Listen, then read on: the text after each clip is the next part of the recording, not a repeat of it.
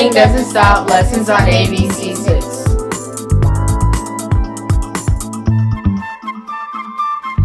Hi, I'm Patty Landy. I'm a teacher at Alfred Lima Elementary. This upcoming year, I will be in a 5th grade L Collaborative. I'm focusing on read aloud with vocabulary. But we're also going to talk about other parts of read aloud. And the first part of a read aloud is to listen and enjoy. The book I've chosen for this week is Sophia Valdez, Future Prez. It's by Andrea Beatty, and it was illustrated by David Roberts. Illustrated means David Roberts did the pictures. Andrea Beatty did the words. It's about a young girl, and it's from the point of view of a young girl who tries to change things for the better.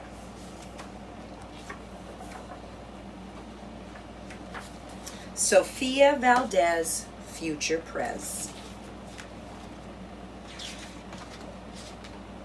Sophia was a baby who got things done, helping her family before she turned 1. She and Abuela went out every week to help elderly friends around Blue River Creek, who couldn't get out and about on their own, and with no place to gather, were stuck home alone. Raking the leaves, taking pets for a walk, or just dropping by for a treat and a talk, Sophia Valdez did as much as she could for her family and friends and her whole neighborhood. A dreamer, a doer, a real-life go-getter. Most people like good, but Sophia liked better. Each morning, Abuela walked Sophie to class. They walked home again along Blue River Pass, making plans, munching cookies, Abuela and girl, except for that Tuesday when Pup saw the squirrel. With a howl, Pup took off, racing all through the town, over, under, beneath, and around. Sophia scrambled to try to keep up with the hollering man and the bellowing pup. Up the squirrel ran to the top of a hill made of leftover junk for the local landfill. They reached the tip-top of that mountain of trash, which jiggled and broke with an ear-splitting crash. Down they all tumbled and hit with a thud on a moldy old pumpkin surrounded by mud. Ouch! Cried Abuelo. He struggled to stand. A dangerous mess, he said, grasping her hand. The next day, Sophia walked to school solo, but it wasn't the same without her abuelo. This is not right, declared young Sophia, who glared at Mount Trashmore and got an idea. The very next morning, at dawn, she planted a sign at the front of the lawn. She stood back and smiled, and Pup gave a bark. Get rid of Mount Trashmore. Let's build a new park. Each of her neighbors had something to say about benches and fountains and places to play. Meeting spots, gardens, a basket for bees, a rubber duck pond, and a kiosk for cheese. She drew every thought on her map of the park, which was perfectly perfect by a quarter till dark. She drifted to sleep in her soft, cozy bed. Then, bam! She woke up when a thought smacked her head. Her heart skipped a beat as she realized each one of her neighbors had said, "Let me know when it's done." They all thought Sophia could build it alone. But how could one girl do so much on her own? The weight of that thought made her tender heart ache as night thunder growled and she lay wide awake. Then dawn brought a storm and the gloomy sky wept, and the heart-sick Sophia finally slept. What is she gonna do? Abuelo baked cookies when Sophie got up. He gave her a bagful and sneaked one to Pup. He blinked back a tear as he hugged his Sophia. For courage, he whispered, "Te amo, mi vida." Sophia's knees wobbled. She felt weak inside.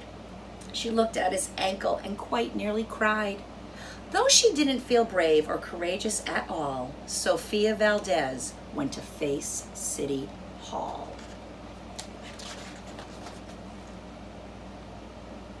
She goes.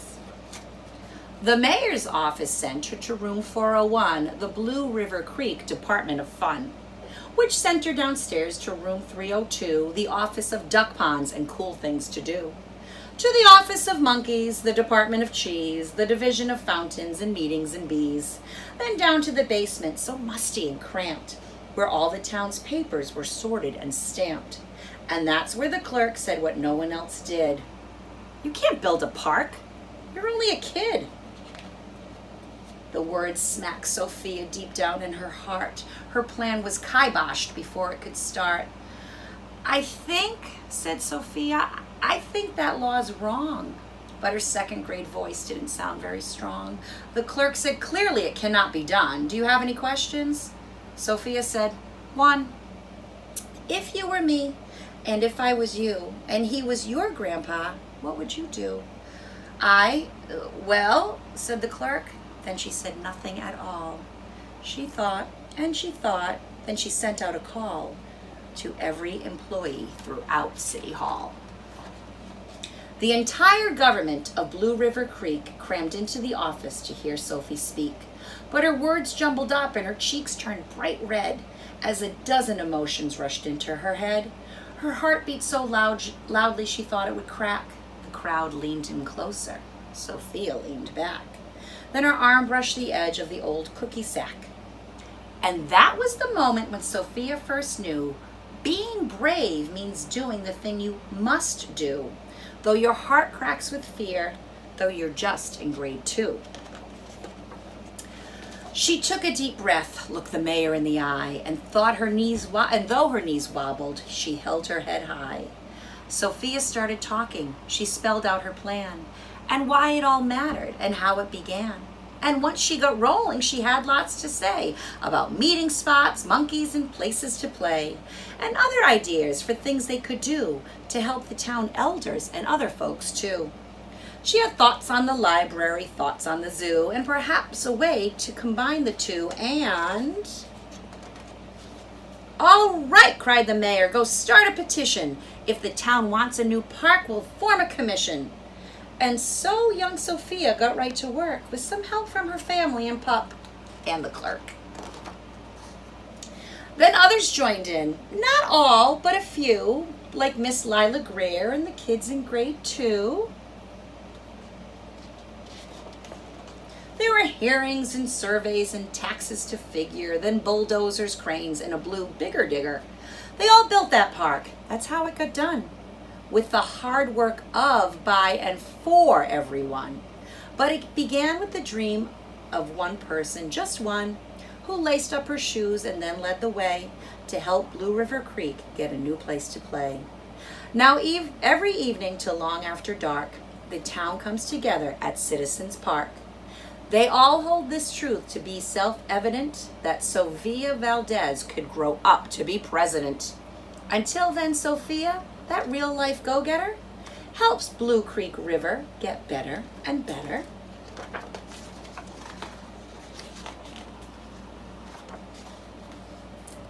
And this book is dedicated to you. You are braver than you know and mightier than you can ever imagine.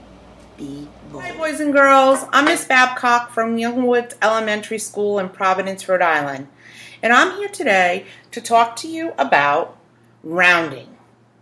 Now, you're probably wondering, why do I have this thing in front of me? And what is this thing in front of me? Well, boys and girls, this is a number line. Now, wait a minute. Back up here, Miss Babcock. You are saying that's a number line? You're probably used to this number line, correct? A straight line, ruler or measuring type number line. You have these in your classroom typically. Maybe they're on your nameplate where you use them to help you add or subtract numbers. We see these all the time, whether it be the ruler or the measuring tape or even the one taped on your desk. We don't see them look like this very often. This is called a curved number line, and it is what we are going to focus on today as we learn our lesson about rounding and estimating. What are rounding and estimating? Rounding and estimating are ways to simplify numbers to help us add or subtract them quickly. They make them easier to work with. So in 5th grade, which is what I teach, we work with decimals a lot. Now, decimals can be very challenging to 5th graders. It's something new. They haven't done a lot with them. They've seen them in money, but they've not really thought much about them. So it becomes a little bit harder to figure out what am I doing as they're learning new vocabulary, like tenths and hundredths and thousandths, and where to round those numbers. So today, that's what my focus is going to be.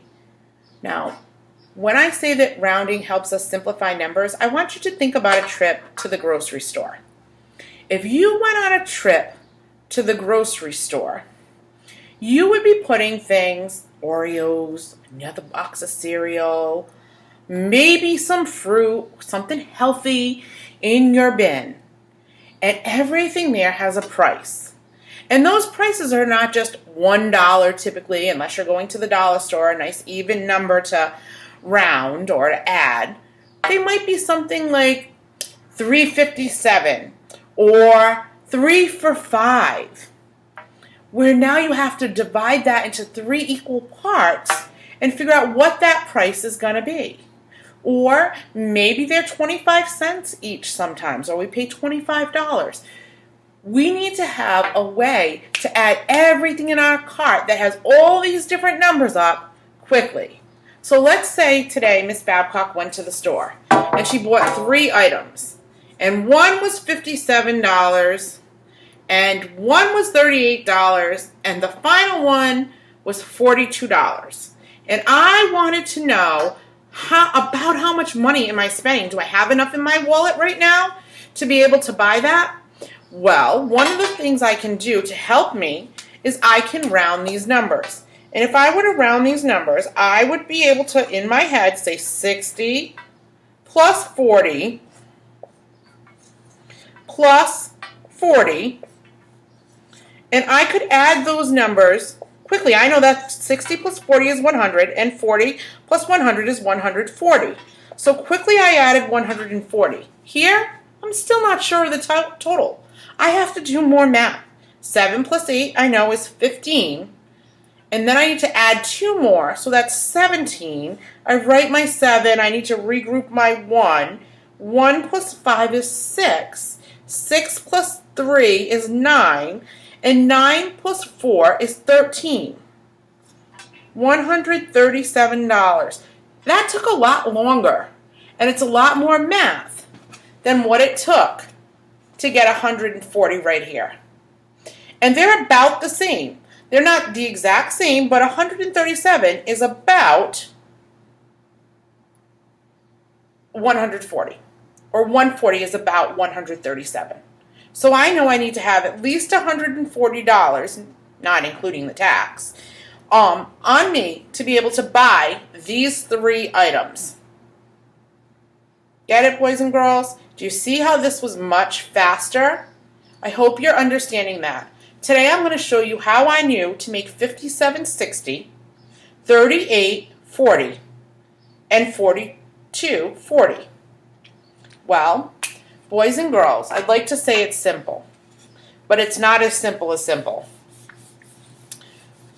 What has happened is mathematicians have developed a set of rules, and they're called the rounding rules.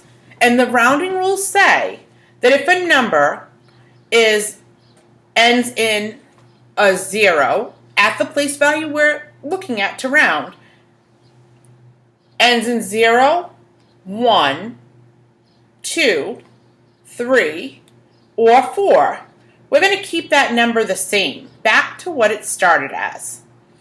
If the number ends in a 5, 6, 7, 8, or 9, we're going to add 1, and we're going to make that number go up. So if the number was a 3 and I have a 6 behind it, I'm going to make that number a 4. If that same 3 has another 3 behind it, I'm going to keep that number the same. It's going to stay a 3. Everything behind it will turn to a 0. So let's practice. Let me show you what I mean. So if I have the number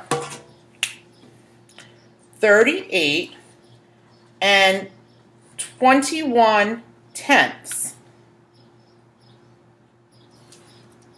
21 hundredths, sorry guys. 21 hundredths. And I want to round to the number in my tenths place. I'm going to circle the tenths place. So it's good to know your place values. So we have tens, we have ones. Your decimal is always between the ones and the tenths. We have the tenths and we have the hundredths. So right here we're going to circle that too, because that's the place value that we want to figure out what number it's going to be. Is this going to be a 2 or is it going to be a 3? And in order to know that, I need to look to the right. I'll underline that digit, and that digit is a 1. So on my curved number line, I am going to drive my car up to the 1. So I just drove Salvager. Here's my little Salvager, my little monster truck that my son let me borrow, up to 1. He's on 1. If I let Salvager go at 1, look what happens. He goes right back to the starting position. So I know that this 2 will stay what it was when it started. And it started as a 2, so I'm going to keep it a 2. Now what happens if I change that number and I make it a 7? Well, let me go drive my Salvager to the 7. 1, 2, 3, 4, 5, 6, 7. What do you think is going to happen if I let Salvager go right here? Think about it for a minute. Is he going to go back to the start? Or is he going to go up to 1? Is he going to go back down the ramp? Backwards? Or is he going to go forward? What is he going to do? So he's here. So here you go. I'm going to let him go. And he went up 1. So I know that I need to make this 2 now go up 1. So I'm going to add 1. 2 plus 1 is 3. And everything to the right changes to 0. So the 7 becomes a 0. The 2 becomes a 3. And everything in front of it is going to stay the same. So I get 38 and 3 tenths. That's what I would do. Now, we have one other issue that we have to look at. What happens, Miss Babcock, if we have the number 5? So let's try this one. 42 and let me not use 2 this time because we used 2 last time. So let's use 75 hundredths. What would I do here? Well, I want to round my place value again to my tenths. So I circle that tenths place value. I'm going to look to the right at that 5. That 5 is the boss. The number to the right is the boss of the number in front of him when it comes to rounding. So he's going to tell me what to do. It's always going to be the case. You always need to look to the right. So that right number tells me that I need to do something with the 7. Well, let's see. Let's drive our car up to that number. Circle the 7, but I need to focus on the 5. I'm at the 5. Oh no, I got a problem. I'm not sure if he's going to roll down the hill or if he's going to go backwards. I'm not sure. 5 is kind of right in the middle on our number line. What do I do? Well, there's a rounding rule. The rounding rule says if a number is a 0, a 1, a 2, a 3, or a 4, we go back to the start. so that 7 would stay the same. If it's a 5, 6, 7, 8, or 9, we make that number go up and we change that 7 to an 8. Well, where did they come up with this rule? How do we know that? Well, mathematicians had to come up with a rule because there had to be a way for everyone to know that we aren't going to round down or go keep the number the same, or we're going to just round up sometimes and round down other times. No, there needed to be some consistency. That means it needed to stay the same no matter who was using it. So we use this rule. And the reason we use the 0 to 4, if we counted 0 to 4, let me put this down for a minute. If we counted 0 to 4, we have the numbers 0, 1, 2, 3, and 4. 5 different digits. Now, if we counted the numbers on the other side, leaving 5 out, we would have 6, 7, 8, and 9.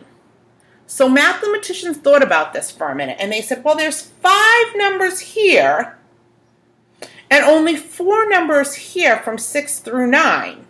So what we should do is we're going to include 5, which is in the middle, right here with 6, 7, 8, and 9, and that way we will have an equal amount, and it will all be 10 and following our base 10 numbers. So they included 5 with 6, 7, 8, and 9, and they kept 0, 1, 2, 3, and 4 as when the number stays the same, 5, 6, 7, 8, and 9, it goes up 1.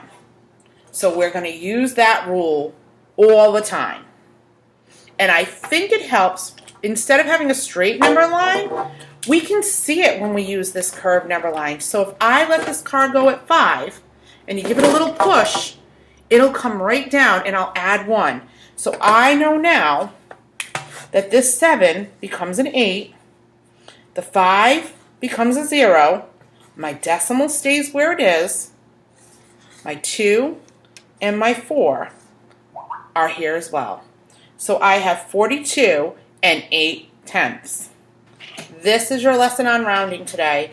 I hope you learned a lot. I hope you're able to make your number line. You don't have to put a car. You could just put a dot on there. But I hope this helped you to get an idea of what you had to do if you were rounding numbers. That's all for today. I hope to talk to you soon. Until later, bye.